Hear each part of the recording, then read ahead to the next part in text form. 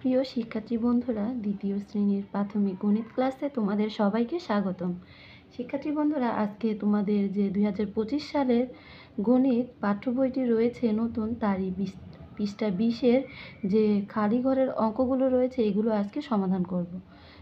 শিক্ষার্থী বন্ধুরা, তোমাদের যে সাবজেক্ট রিলেটিভ সমস্ত ভিডিওগুলো তোমরা আমার এই ইউটিউব চ্যানেলেই পেয়ে যাবে। তাহলে তোমরা আমার এই চ্যানেলটিকে সাবস্ক্রাইব করো আর ভিডিওতে লাইক করো, কমেন্ট করো শিক্ষার্থী বন্ধুরা, যাতে আমার দেওয়া নতুন নতুন ভিডিওগুলো তোমাদের কাছে পৌঁছে যায়। সাবস্ক্রাইব লেখাটি রয়েছে, ওখানে চাপ দিয়ে অল অপশনটি অন করে দিও। আমি নতুন ভিডিও আপলোড দেওয়ার মাত্রই তোমাদের মোবাইলে পৌঁছে যাবে। দেখো, 1 নম্বর অঙ্কটি আমাদের করে দিয়েছে। এখন আমরা 2 নম্বর অঙ্কটি করব শিক্ষার্থী বন্ধুরা। 2 নম্বর অঙ্কতে দেওয়া আছে 83। তাহলে এই 83কে আমরা এখন এখানে দশক আর একক স্থানীয় মান হিসেবে লিখব। দেখো, আমাদের একক, দশক, শতক, হাজার এগুলো মুখস্থ করতে হবে। আমরা যে অঙ্কটা করব, এই যে কোনো অঙ্ক করার ক্ষেত্রে আমরা কি করব, ডান পাশ থেকে অঙ্কর গণনা করব। দেখো, এটা হচ্ছে আমাদের ডান পাশ, তাহলে আমাদের ডান পাশে আছে কত, 3, আর বাম পাশে আছে কত, 8। তাহলে ডান পাশ থেকে যদি আমরা গণনা করি তাহলে 3 কি আমাদের একক না, একক, দশক, এভাবে তো আমরা গণনা করি। একক, দশক, শতক, হাজার এভাবে কিন্তু আমাদের গণনা করতে হয়। তাহলে ডান পাশ থেকে যদি আমরা গণনা করি, 3 হচ্ছে আমাদের একক আর 8 হচ্ছে আমাদের দশক। তাহলে 8 হচ্ছে আমাদের দশক, 8 আমরা দশকের ঘরে 8 লিখব আর এককের ঘরে 3 লিখব। দেখো, এখানে আমাদের 120 দেওয়া আছে 3 নম্বর অঙ্কে। এখন আমরা যদি ডান পাশ থেকে গণনা করি, 0 হচ্ছে একক, 2 হচ্ছে দশক আর 1 হচ্ছে শতক। তাহলে আমরা শতকের ঘরে 1 লিখব, আর এই 2 হচ্ছে আমাদের দশক, দশকের ঘরে 2 লিখব, আর 0 হচ্ছে একক, এককের ঘরে আমরা 0 লিখে দিব। দেখো, 4 নম্বর অঙ্কে কি বলেছে, 467।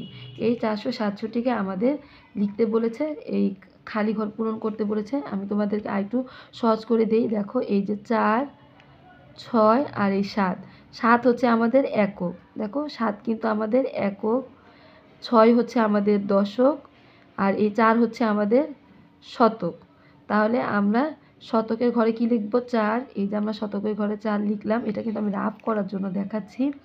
এরপরে দশকের ঘরে আমি কত লিখব, 6। এককের ঘরে লিখব আমি কত, 7। ঠিক আছে, কত সহজ শিক্ষার্থী বন্ধুরা অঙ্কগুলো। এরপরে দেখো, আমরা 5 নম্বর অঙ্কটি করব। দেখো, 976। এই 976কে আমাদের অঙ্ক করে খালি ঘর পূরণ করতে বলেছে। দেখো, 6 হচ্ছে কি আমাদের একক, 7 হচ্ছে দশক, 9 হচ্ছে শতক। তাহলে আমরা শতকের ঘরে আছে কত, 9, আমরা শতকের ঘরে 9 লিখব। দশকের ঘরে আছে 7, 7 লিখব। এককের ঘরে আছে 6, এককের ঘরে আমরা 6 লিখে দিব। এরপরে দেখো, এখানে লেখা আছে 1000। এই 1000কে আমাদের 1000 সংখ্যার অঙ্কটি দিয়ে আমাদের খালি ঘর পূরণ করতে বলেছে।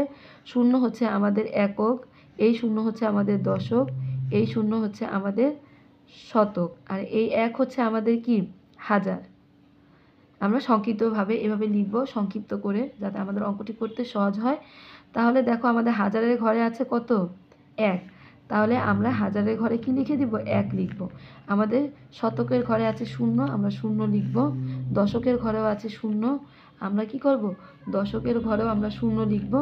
এককের ঘরেও আছে 0, আমরা এককের ঘরেও কি লিখব, 0 লিখে দিব। তাহলে আশা করি শিক্ষার্থী বন্ধুরা অঙ্কটি তোমাদের বুঝতে আর কোনো কঠিন হবে না। তোমরা সহজে অঙ্কটি বুঝতে পেরেছো। এভাবে তোমরা অঙ্কগুলো করে নিবে। শিক্ষার্থী বন্ধুরা, আজকের মতো এই পর্যন্তই। পরবর্তী ভিডিওটি দেখার জন্য আমন্ত্রণ রইল। তোমরা ভালো থেকো আর অঙ্কগুলো তোমরা এভাবে করে নিও। শিক্ষার্থী বন্ধুরা, আল্লাহ হাফেজ।